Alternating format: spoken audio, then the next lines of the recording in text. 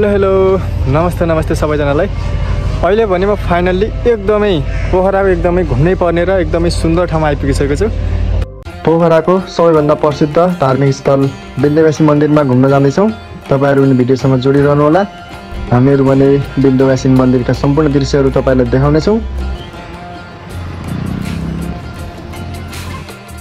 Finally अहिले पनि हामीहरु विन्ध्यवासी मन्दिरको गेट प्रवेश गरिसकेका छौँ। तपाईहरु यस विन्ध्यवासिनी मन्दिरमा आउन चाहनुहुन्छ भने पोखराको जुनसुकै ठाउँबाट हरिचोकमा आइपुग्नु होला हाइवे तर्फकै र त्यहाँदेखि तपाईहरु हाइवे तर्फको प्रवेशद्वारबाट तपाईहरु मन्दिरतर्फ अगाडि जानु होला।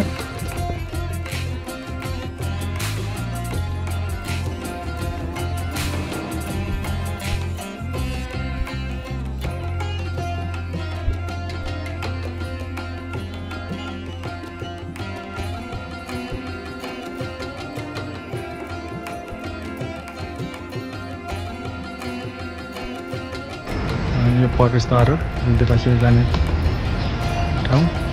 त्यो चाहिँ हाम्रो हो भने त्यो चाहिँ हाम्रो पार्टी गर्ने ठाउँ हो। हामी यहाँदेखि तल जान्छौँ मन्दिर जानलाई।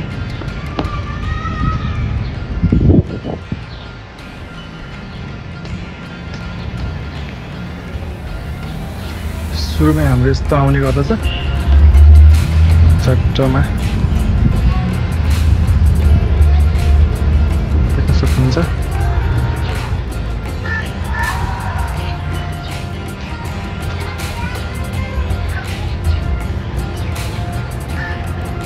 प्रवेशद्वार प्रवेश गर्ने बेला चाहिँ यस्तो छ हाम्रो। यो ओल्लोपट्टि बायाँ साइडबाट हाम्रो मन्दिर जाने लाइन हो भने पल्लोबाट चाहिँ हाम्रो फर्केर आउने लाइन हो। र अहिले म मन्दिरतिर जाँदैछु। पोखरा आइसकेपछि घुम्नै पर्ने ठाउँमध्येको एउटा ठाउँ विन्ध्यवासिनी मन्दिर पनि हो। तपाईहरु पनि पोखरा आइपुग्नु भयो भने यो ठाउँ पनि घुम्न आउने नै होला।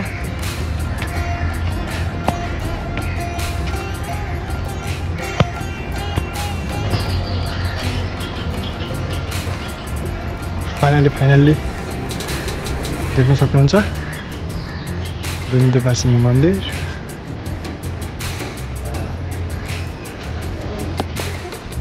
यसरी आइसकेपछि तपाईहरु जुत्ता चप्पल चाहिँ यतापट्टि राख्न जानु होला तल्लो भागतिर। त्यसपछि तपाई मन्दिर दर्शनको लागि अगाडि बढ्न सक्नुहुन्छ।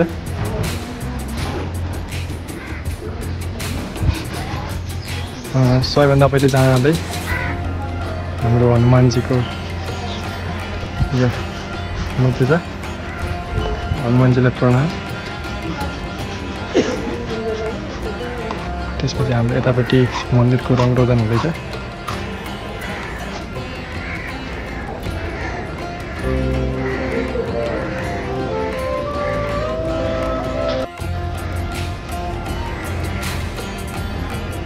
मन्दिर चाहिँ अलिकति बन्दै रहेछ अहिले, रङ रोदन हुँदै रहेछ। यस्तो छ है।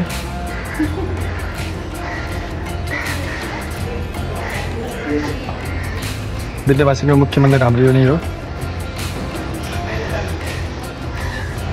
र अहिले म दिउँसो आएको हुनाले यहाँ बन्द छ। तपाईँ यता आएर दर्शन गर्न सक्नुहुन्छ। जय हो भगवान विन्ध्यवासिनी मन्दिर यो नै हो। र यता आएर तपाईँ दानसान गर्न सक्नुहुनेछ।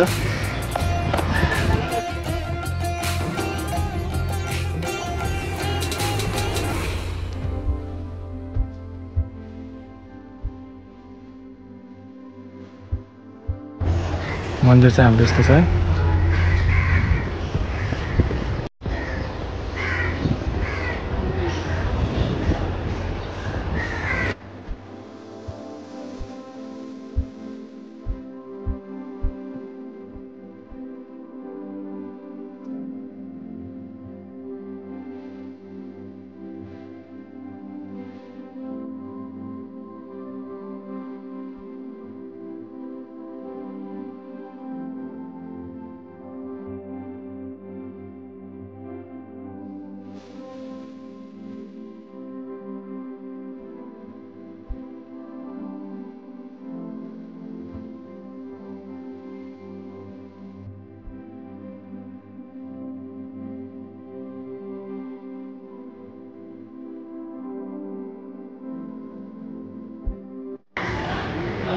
र हाम्रो शिव मन्दिर चाहिँ यतापट्टि छ। शिवजीलाई प्रणाम।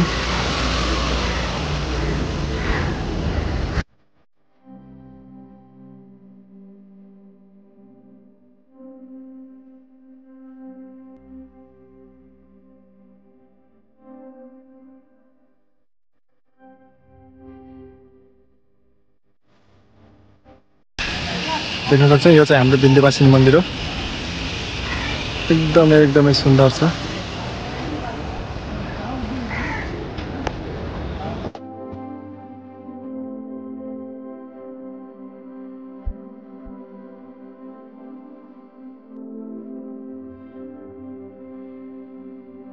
हाम्रो नरियल फुटाउने ठाउँ रहेछ।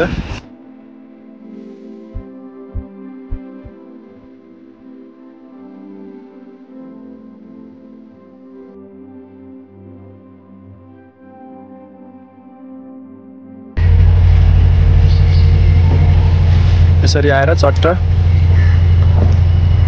एकदमै सुन्दर दृश्य तपाईँ निहाल्न सक्नुहुनेछ यो विन्ध्यवासिनीको भ्यू पोइन्टबाट।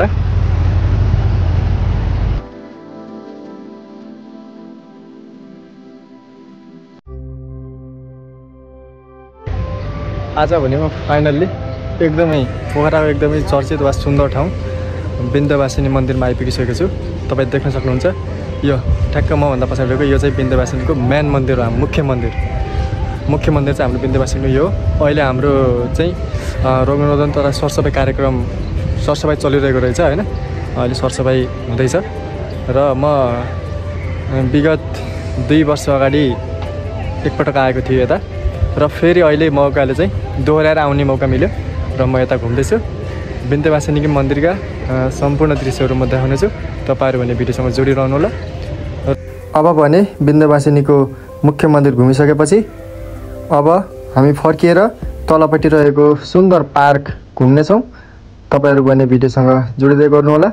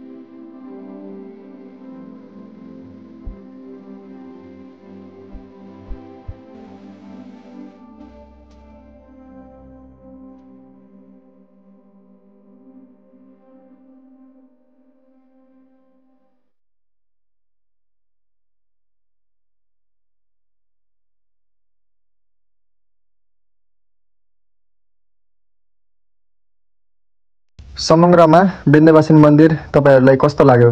यदि भिडियो एकदमै राम्रो लागेछ भने लाइक, कमेन्ट र शेयर पनि गरिदिनु होला र साथै सब्स्क्राइब गर्न भने नभुल्दिनु होला भन्ने बाचा गर्दै हैन अहिले छुट्यौं। हस्त बाइ बाइ।